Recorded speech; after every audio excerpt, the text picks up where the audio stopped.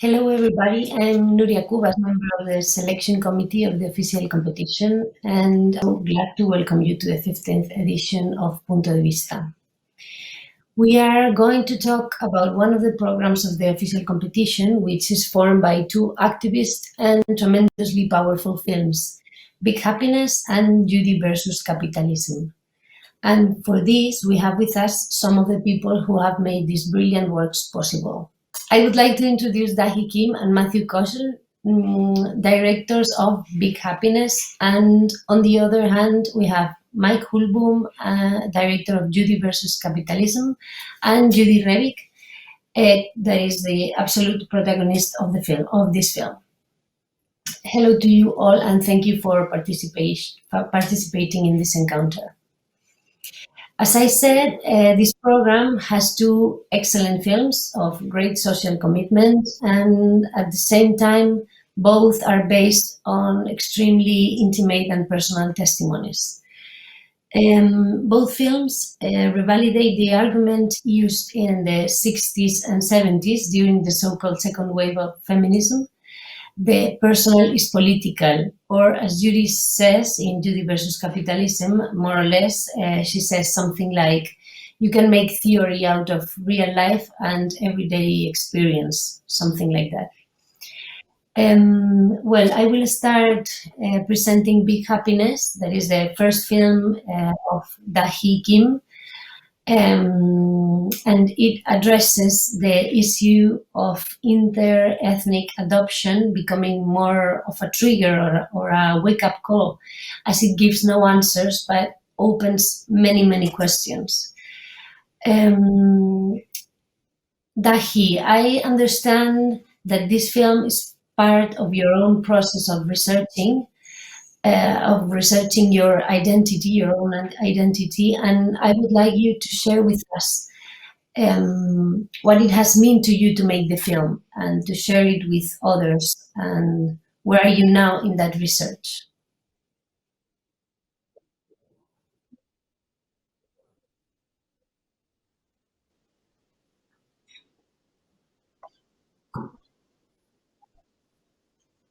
National transracial adoptee. There's a term I like to say.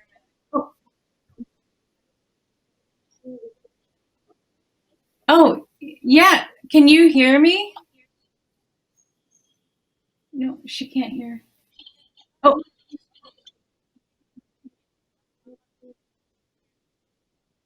okay. Sure, yeah.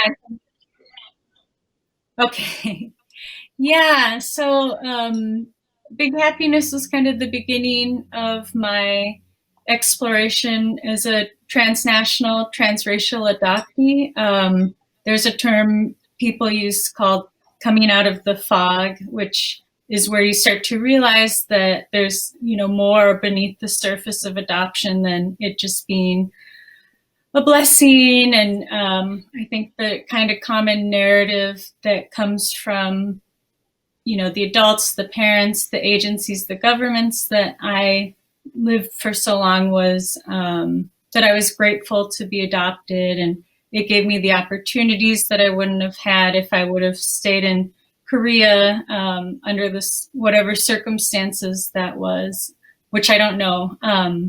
So now kind of in after working on this film and where I'm at is I've definitely learned, I guess, a lot more around kind of at least Korean adoption. And I've connected a lot with other Korean and other transnational adoptees through my research. And I think that that's helped me a lot in just kind of understanding how I feel around adoption and giving me, I think, kind of the beginning of this was I wanted to open up my birth family search and, meet my birth parents. I think that's maybe where I believe that, if I could have that reunion, it would kind of fill the hole that was left from the adoption.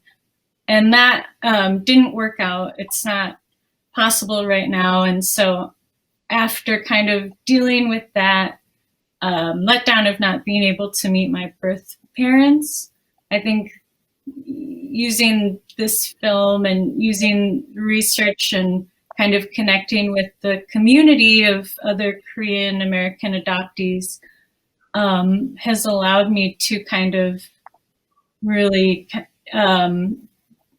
understand more about where I came from. And it's a continuing process. There's other projects that I have kind of in mind that I'm working on right now around this kind of broader theme. So yeah, I think that working on this film and films to come have allowed me to explore this in a kind of safe approach where I never had thought delving this deeply into this part of myself before.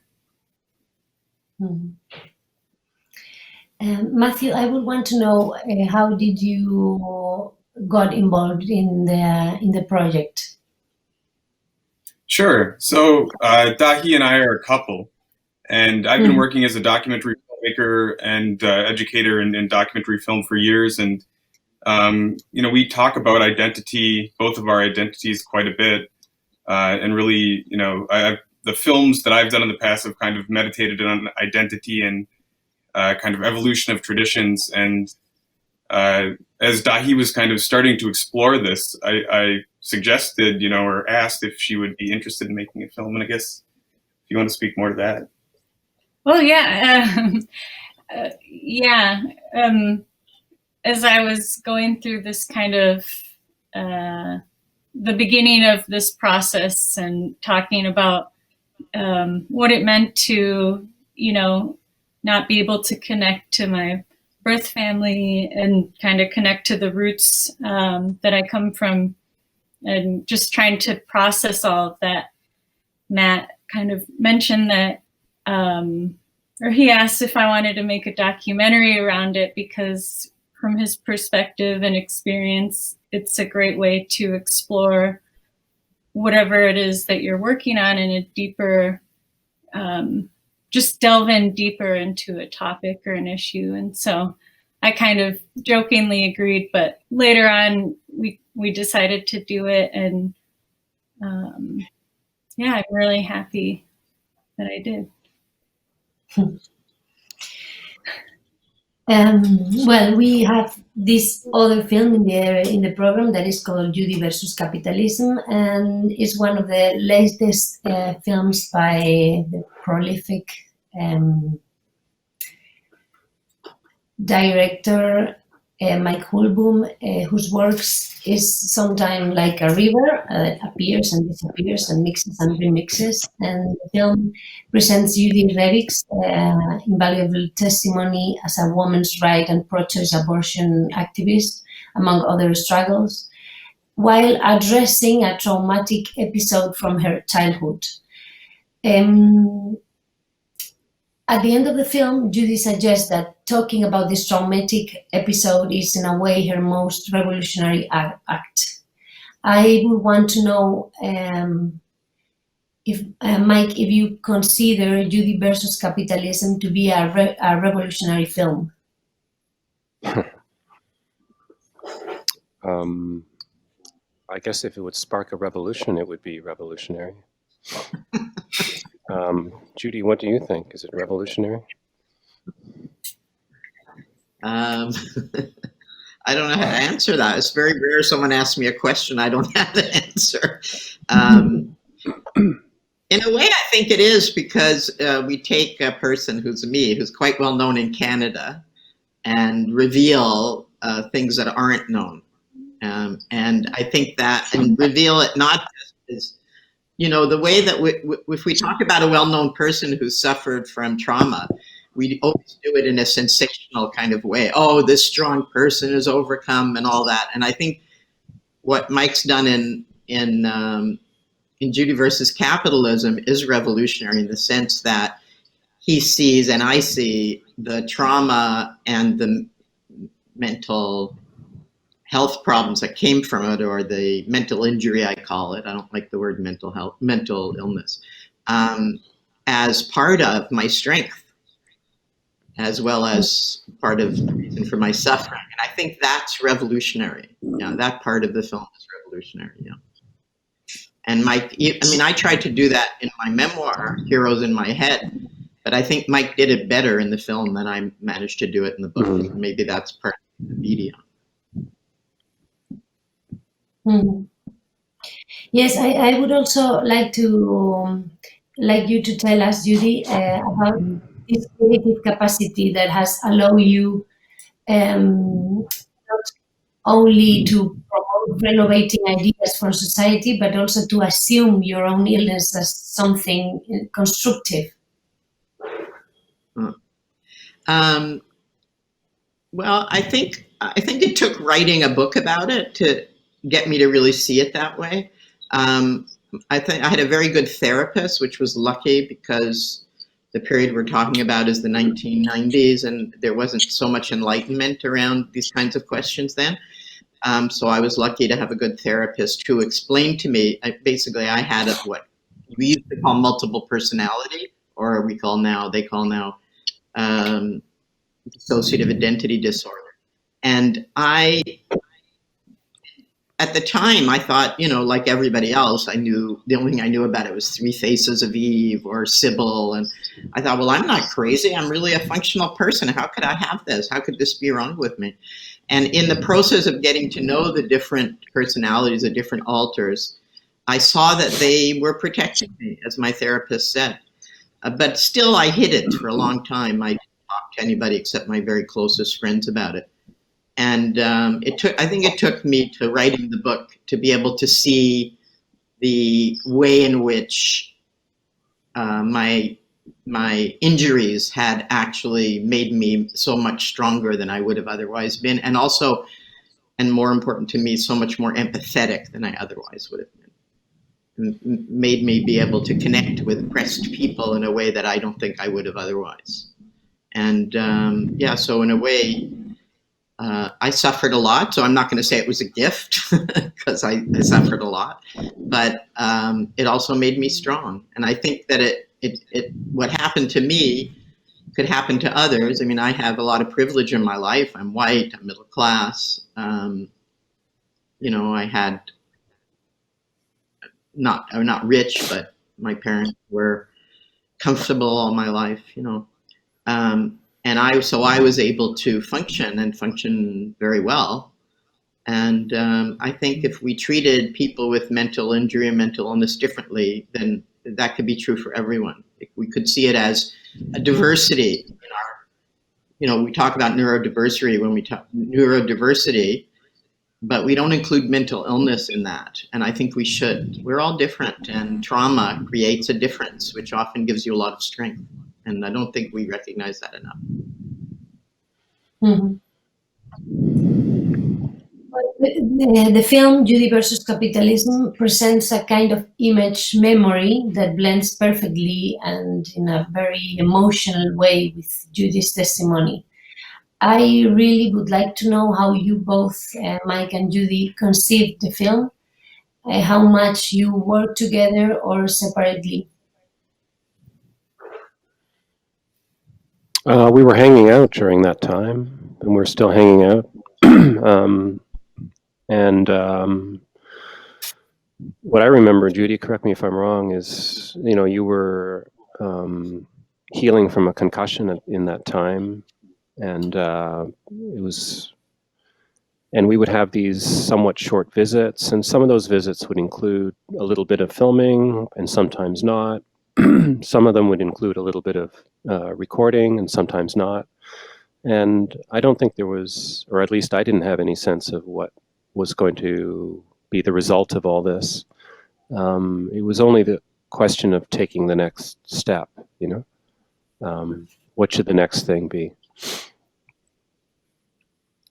And oh yes, and at the same time, Judy, you were working on your memoir, which took a long time, and it came out as a single book, but to my mind, like really, you wrote 3 books to create that one book, and there's just such an incredible trove of rich experiences, you know, that you're laying out in that, in over across those volumes or that volume.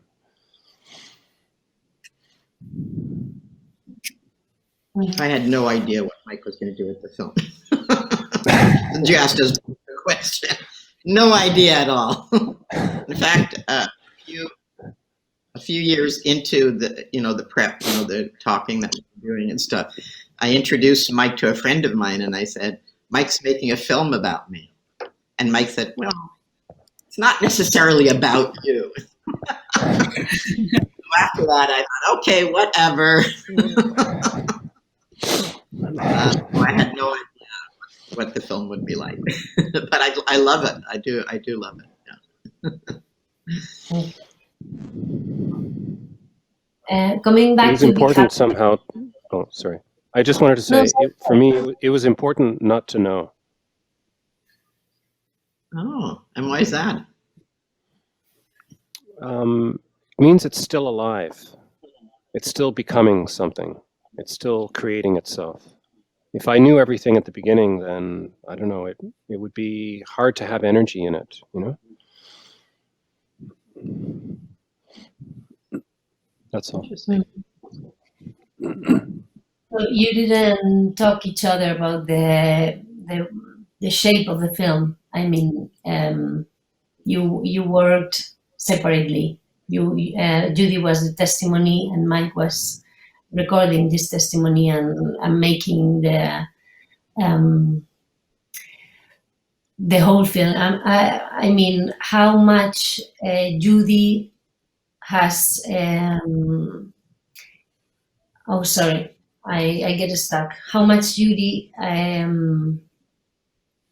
has give to the film, apart from her testimony?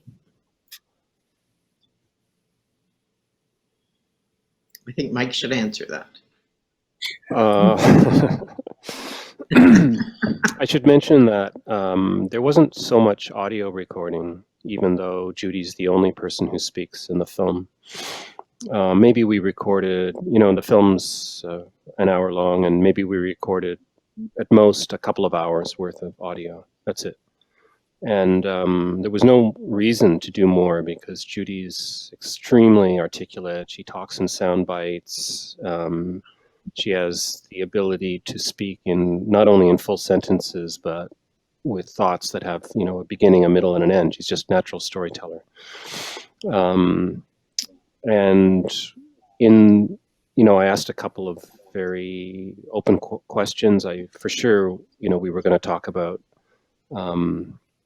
the big fight around women's right to choose and the abortion clinic that was just up the street on Harvard, that Judy was so central a figure in, and part of a movement, of course.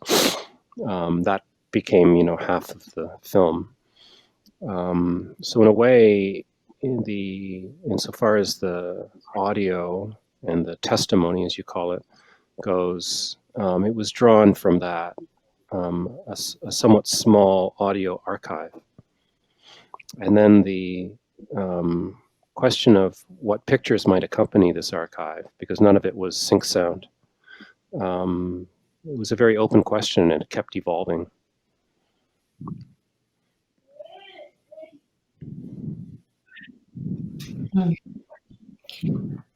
Well, going back to happiness, there is one scene in the film where the parents are unconnected to the concept of race, and contrarily show some prejudices, such as thinking people, other ethnicities are all going to look the same, for example.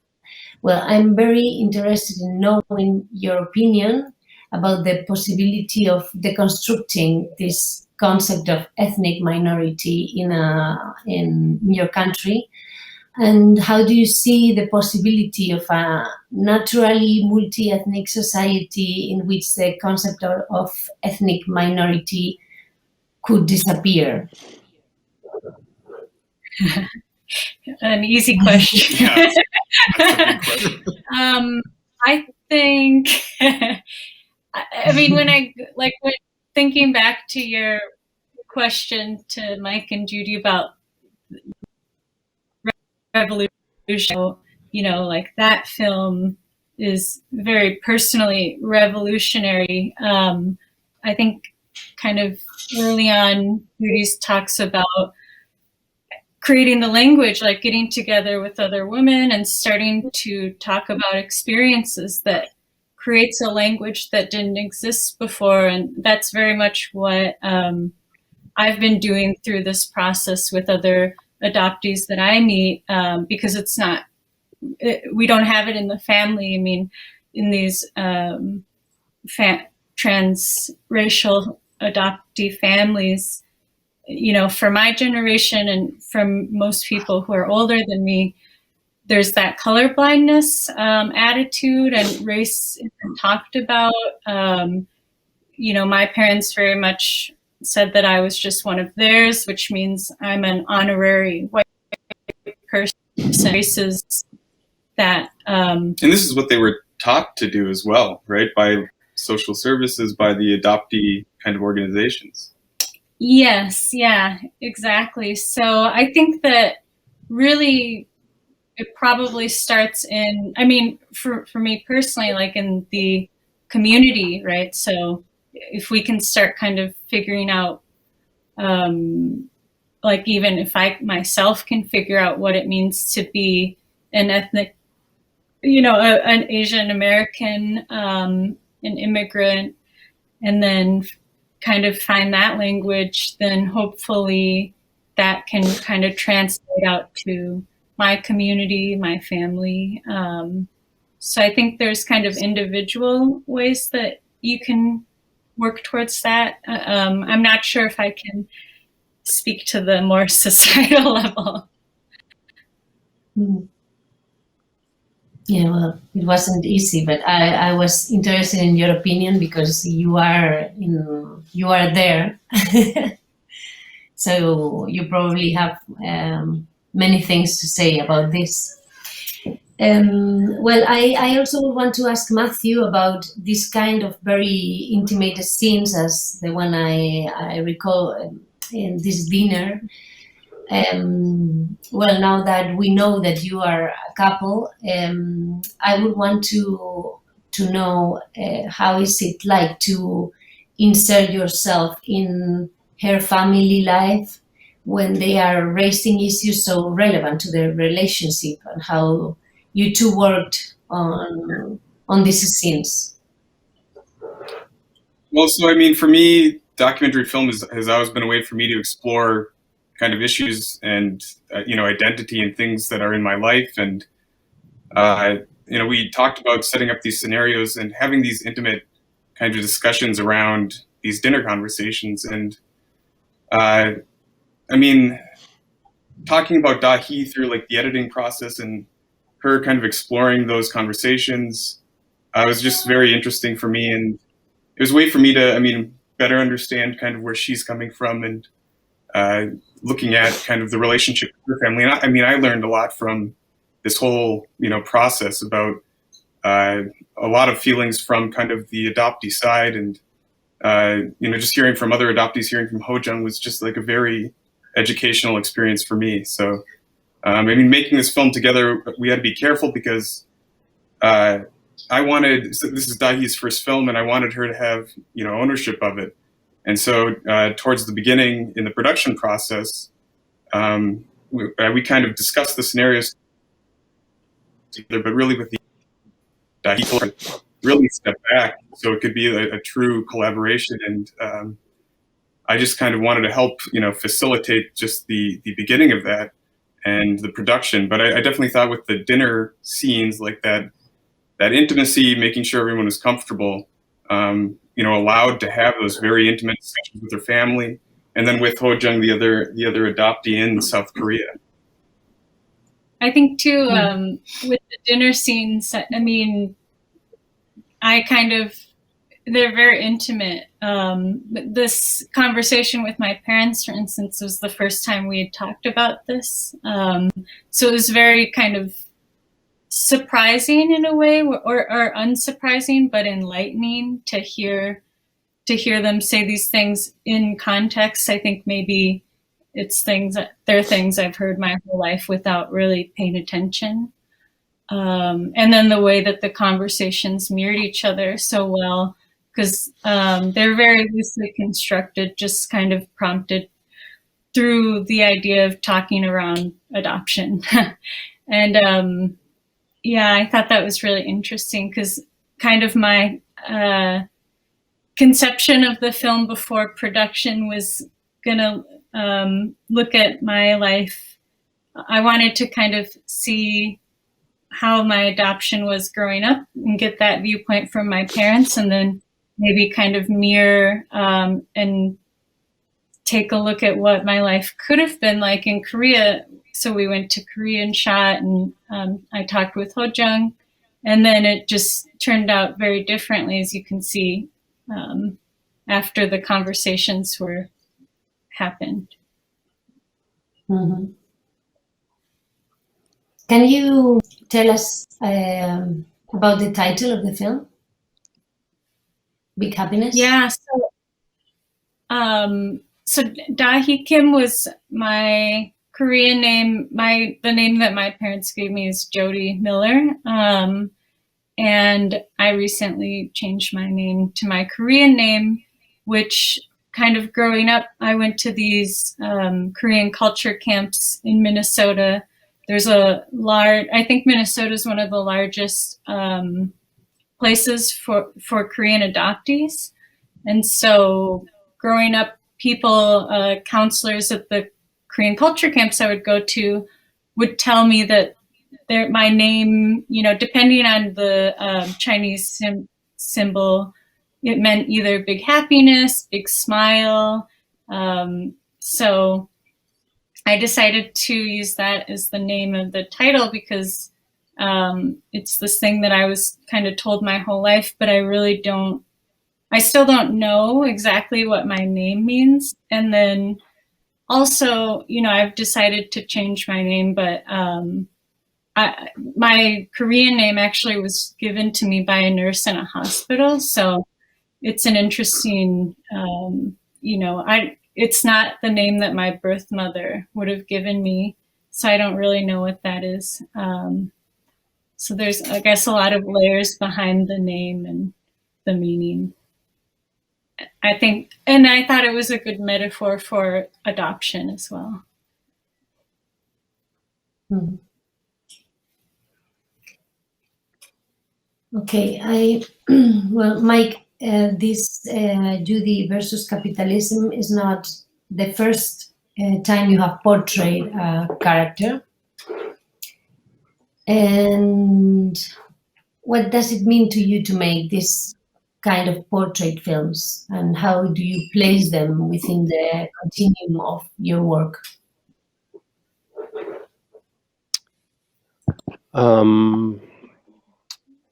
I was surprised that there's not already a TV series about Judy. She's done so many things, and she's so articulate, and all of her friends are like the smartest women in the country. So I think making a film about her seemed more than obvious. Usually I don't have a plan as to how to proceed, but it's true that I've made a lot of what, if I was a painter, one would call them portraits. And the hope, I think, is that in each of the portraits that it's not simply a look at a person's life, but it's to have this life and this intimacy become a frame through which other kinds of questions or larger questions can be considered. So when my longtime editor, Mark, committed suicide, I wanted to be close with him and his surviving family. And that film had a lot to do with questions of trans identities and animal activism, for instance. That was very at the heart of Mark's life. And with Judy, of course, it has to do with, I think, the system of capitalism itself, so various systems of oppression that she's taken on, as well as the question of organizations, movement, and second wave feminism.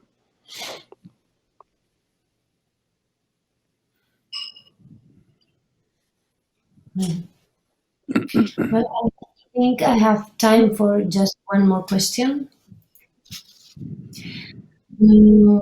I would want to ask Dahi about this other principal scene when you are talking with the Korean woman, and she suggested that it is impossible to think that life begins when you get off a plane. For your film, you use home footage in which you and other babies are seen appearing at the exit door of the plane. The emotions that this images generates in the viewer are very strong, and I would like to know what emotions these images suggest to you, and when did you decide to include them, this home footage in the film? Yeah, I think I always knew I would put it in the film. So this this home footage was like an hour-long video that I have, and every year my family and I would watch it for they call it like a gotcha day, the day I was adopted, the day I came off the plane. And so my whole life growing up, it was kind of a joyous occasion. It's a little bit like a second birthday.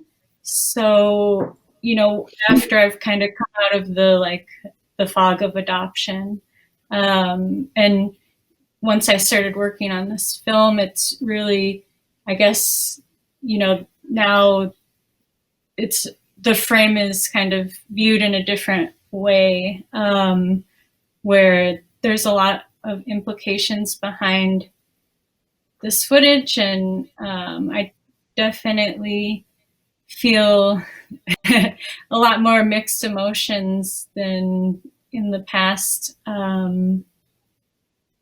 So I think that, I mean, it's changed quite a bit, and my view on adoption has changed quite a bit. I think kind of as adoptees, I think we're becoming more aware of the circumstances behind why we were adopted, like internationally, and like just what's going on in Korea. And I mean, it really kind of all stems from the Korean War, and then I guess that's a larger topic, but I think just kind of shedding light on that can help maybe like our parents understand and the public understand, what lies beneath the surface with the adoption internationally. Okay.